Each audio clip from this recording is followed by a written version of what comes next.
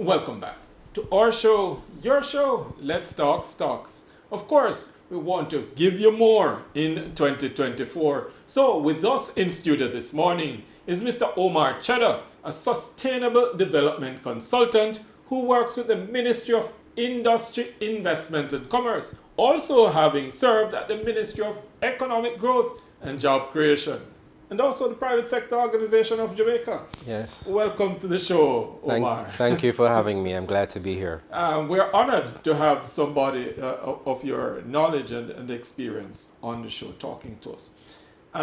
Ministry of Industry, Investment and Commerce, the minister likes to call it the business ministry. Definitely.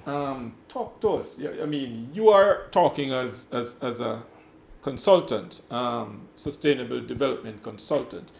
What is that one thing or that set of things that are going to get us on that path to real sustainable growth and development? Well, it has to do with creating a knowledge-based economy, training our people, integrating into global value chains, and just expanding the products and services that we offer. Absolutely.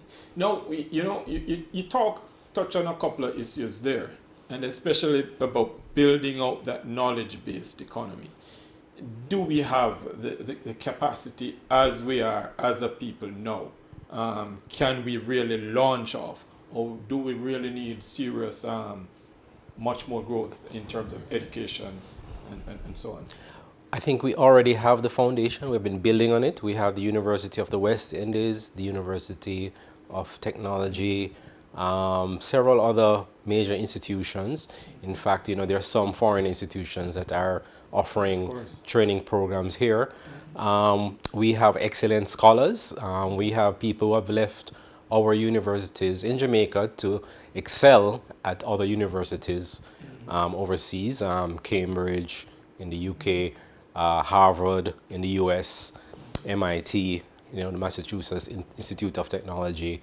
So our scholars from Jamaica, they have proven themselves all over the world, and there are some who are still living here who are doing good work. So I think we have the foundation to expand.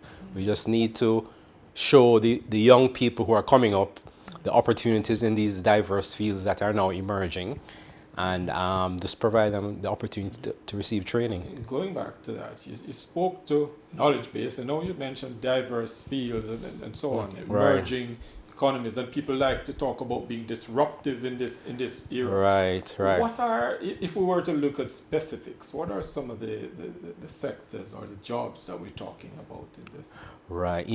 I attended the Artificial Intelligence Summit in New York, in Manhattan last December. Away from it, man. Right. So not this December, I wasn't able to go, but I was there last December 2022.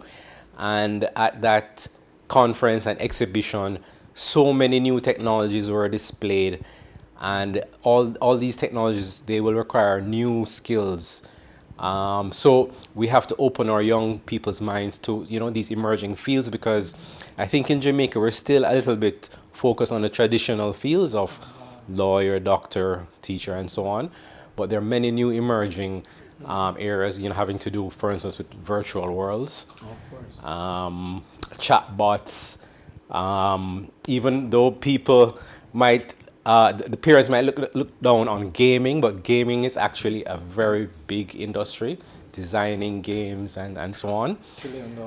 That's kind of linked into the entertainment. In Jamaica, we've been focused a lot on music, which is good, but there are other aspects to the entertainment industry that involve a lot of technology. Even in the music industry, behind the scenes, there's a lot of technology involved. So these are some of the areas that our young people can aspire to. It's funny you talk about that, and if we just look at our music, I mean, even reggae music, it was the drum and bass back in the day. Now we have a lot of fusion and a lot of instrumentals coming through, technologically driven. Right. And, I was at a conference earlier this year, or was it late last year, having to do with the music industry and copyrights. And that is something that we definitely need to educate our aspiring entertainment people about, copyrighting their works, getting the revenue flowing from the intellectual property, and that's a very big area, in terms of even the legal field. There are lawyers who specialize in that area. I don't think Jamaica has benefited from as much as we could have from our music, because a lot of our musicians were not very educated. They were not informed about how to manage their intellectual property. And so they did not reap the full rewards that they should have. So that is something that we need to focus on as well. So the world has changed. Right. And the world as we knew it is going to keep changing. And so technology clearly is a way to go. Is our education system in need of revamp? Yes, I think it definitely needs to be revamped. I would say for the more elite institutions, they have been, reforming. But in terms of the wider education system, it definitely needs to be revamped to allow our young people to be trained not just for low-paying jobs in, for instance, tourism sector, but to prepare them to work in technology, in, for instance, the music industry, and different areas. As we talk about some of the jobs and what we can do, entrepreneurial is a big thing. Jamaicans have been known to be very entrepreneurial. Some people call it hustling and so on. Right. But that has to come up the curve now, and we've really got to look at everything as a business. And that's your ministry. Right. That's who you are. You've been pumping a lot into micro and small businesses. Talk to me about that sector and the potential for growth. I was on the steering committee for the venture capital program that was spearheaded by the Development Bank of Jamaica. So that program looked at putting in place some venture capital funds, which would be led by the private sector, because, as you know, the government really tries to start some of these initiatives, but we expect the private sector to really push, because it's really the private sector that drives the economy. So a number of funds were created that would invest in high growth startups. And I think that was a good move, and there have been some successes. I was also on the National Business Model Competition. I was a judge. And I reviewed a number of projects. In fact, one of the projects that I judged, it won the international competition that year. It had to do with technology in agriculture.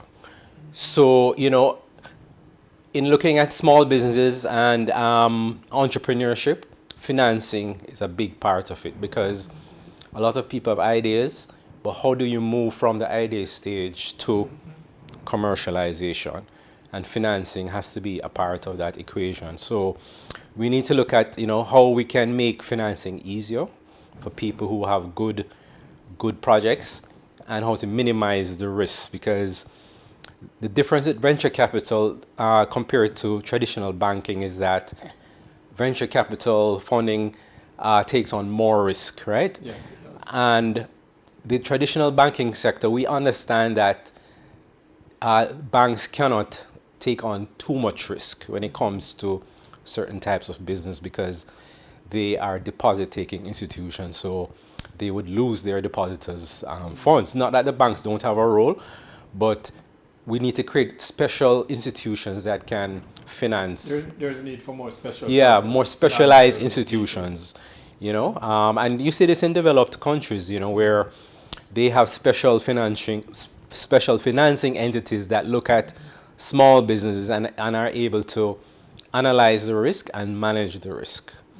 One of the challenges we've had in Jamaica is that small business lending institutions, many of them have had a lot of bad debts, a lot of loans go bad.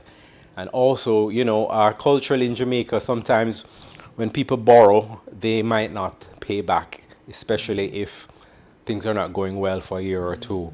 So that is something that we need to look at as well, in terms of just changing the culture around loans, and how to manage your debt and your finances, reinvesting in your business. There you have it, viewers. A nice discussion between Omar and I, talking about investments and growth and the role of government as well as the private sector in driving growth in our economy. Join us for part 2 of this enthralling discussion, where we will look more about the knowledge-based economy and all the different facets, including redevelopment of urban centers to continue to grow our economy.